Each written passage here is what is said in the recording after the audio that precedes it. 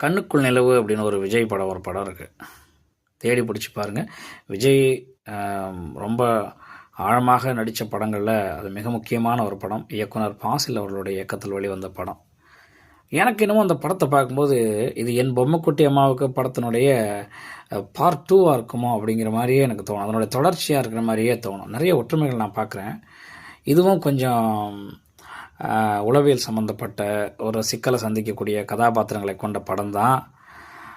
இந்த கதையில் வந்து எப்படின்னு பார்த்தீங்கன்னா, ரகுவரன் இருக்கார். அதுலேயும் ரகுவரன் இருப்பார்.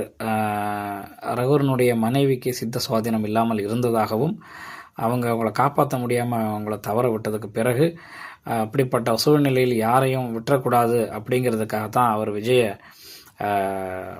ட்ரீட்மெண்ட்டுக்காக எடுத்துக்கிட்டார் அப்படிங்கிற மாதிரியும் ஒரு விஷயம்லாம் சொல்லுவாங்க. அதெல்லாம் கேட்கும்போது அந்த படத்தினுடைய தொடர்ச்சியாக இது ஏன் இருக்கக்கூடாது அப்படின்லாம் நான் நினைப்பேன். ஆனால் உண்மையிலேயே என் பொம்மைக்குட்டி அம்மாவுக்கு படத்தை பார்க்கும்போது எனக்கு ரொம்ப மனசுக்கு ரொம்ப தொட்ட ஒரு படம். அந்த படத்தினுடைய ஏதாவது ஒரு சின்ன பிஜிஎம்மோ ஏதாவது ஒரு டைலாகோ எங்கேயோ நான் போகிற வழியில் எங்கேயாவது கிராஸ் ஆகும்போது கேட்டால் கூட, ஐயையோ இந்த படத்தை முதல்லேருந்து கடைசி வரைக்கும் நான் உட்காந்து பார்த்தே ஆகணுமே அப்படிங்கிற மாதிரி ஒரு என்ன சொல்கிறது, ஒரு ஈர்ப்பு அப்படி வந்துடும் நமக்கு. ஆனால் தியேட்டரில் அந்த படத்தை நான் ஃபஸ்ட் டைம் பார்க்கும்போது, அந்த குழந்தை தண்ணியில் தவறி விழுந்ததுக்கு பிறகு ஒரு பாடல் உண்டு.